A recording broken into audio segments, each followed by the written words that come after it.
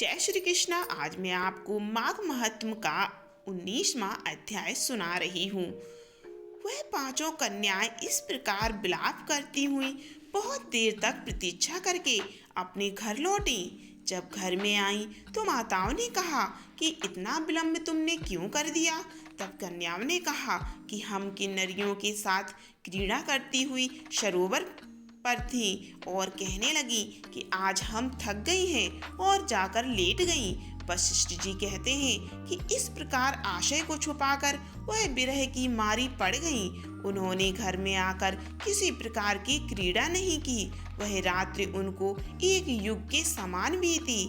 सूर्य नारायण के उदय होते ही वह अपने आप को जीवित मानती हुई माताओं की आज्ञा लेकर गौरी पूजन करने वह कन्याएं वहां पर जाने लगी। उसी समय ब्राह्मण भी स्नान करने के लिए सरोवर पर आया। उसके आने पर कन्याओं ने वाह वाह किया। जैसे कमल ने प्रातःकाल सूर्योदय को देखकर कहती है, उसको देखकर उनके नेत्र खुल गए और उस ब्रह्मचारी के पास चली गईं।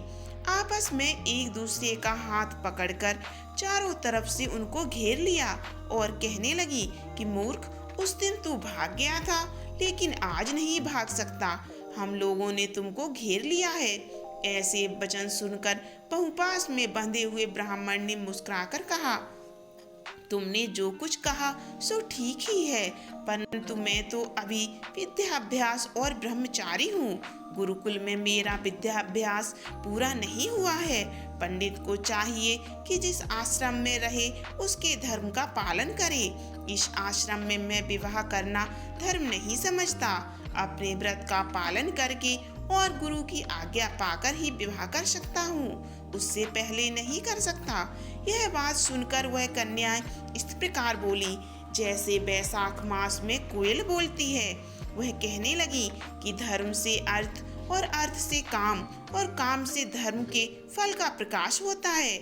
ऐसा ही पंडित लोग और शास्त्र कहते हैं।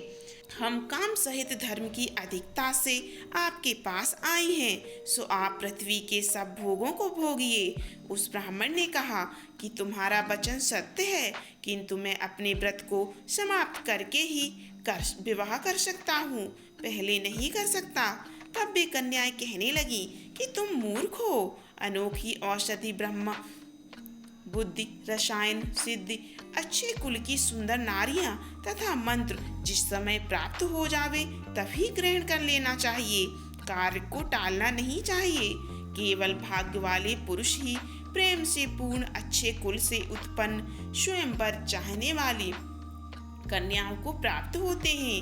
कहाँ हम अनोखी नारियां, कहाँ आप तपस्वी बालक। यह बेमेल का मेल मिलाने में विधाता की चतुराई ही है। इस कारण आप हम लोगों के साथ गंधर्व विवाह कर लें। इनके ऐसे वचन सुनकर उस धर्मात्मा ब्राह्मण ने कहा कि व्रती रहकर इस समय विवाह नहीं करूँगा, मैं स्वयंवर की इच्छा नहीं करता। इस प्रकार उसके वचन सुनकर उन्होंने एक दूसरे का हाथ छोड़कर उसको पकड़ लिया। सुशील और सुरसुरा ने उसकी भुजाओं को पकड़ लिया। सुतारा ने आलिंगन किया और चंद्रिका ने उसका मुख चूम लिया। परंतु फिर उसने क्रोधित होकर उनको श्राप दिया कि तुम डायन की तरह मुझसे चिपटी हो, इस कारण पिशाचनी हो जाओ। ऐसे श्राप देने पर वह उसको छोड़कर अलग खड़ी हो गईं। उन्होंने कहा कि हम निरपराधियों को वृथा क्यों श्राप दिया। तुम्हारी इस धर्मज्ञता पर अधिकार है। प्रेम करने वाले से बुराई करने वाले का सुख दोनों लोगों में नष्ट हो जाता है। इसीलिए तुम भी हम लोगों के साथ पिशाच हो जाओ। तब वे आपस के क्रोध से उस सरोवर पर पिशाच पिशाचनी हो गए और बस पिशाच पिशाचनी कठिन शब्दों से चिल्लाते हुए अपने कर्मों को भोगने लगे। वशिष्ठ जी कहने लगे कि हे राजन, इस प्रकार वह पिशाच उस सरोवर के इधर उधर फिरते रहे। बहुत समय पश्चात मुनियों में श्रेष्ठ लोमस ऋषि पौष शुक्ला चतुर्दशी को उस अच्छोत सरोवर पर स्नान करने के लिए आए।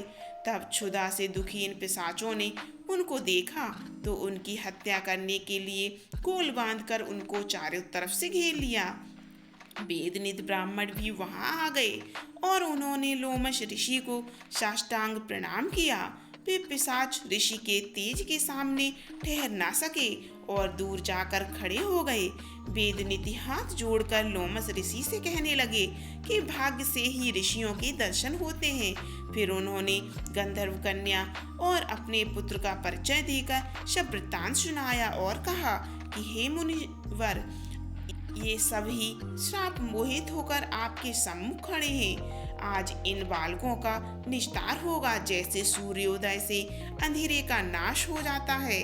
वशिष्ठ जी कहने लगे कि पुत्र के दुख से दुखी हुए वेदनित ब्राह्मण के ऐसे वचन सुनकर लोमस ऋषि के नेत्रों में जल भर आया और वेदनिधि से कहने लगे कि मेरे प्रसाद से बालकों को शीघ्र स्मृति पैदा हो। मैं उनका धर्म कहता हूँ, जिससे इसका आपस का ज्ञान विलीन हो जाएगा। आज का 19वां अध्याय यही समाप्त होता है। माघ महात्म का 20वां अध्याय सुनने के लिए जल्दी से मेरे चैनल को सब्सक्राइब कर लीजिए और वीडियो को लाइक जरूर कीजिए और बेल आइकन जरूर दबाइए, जिससे मेरी हर वीडियो की नोटिफिकेशन आपके पास पहुंचती रहे।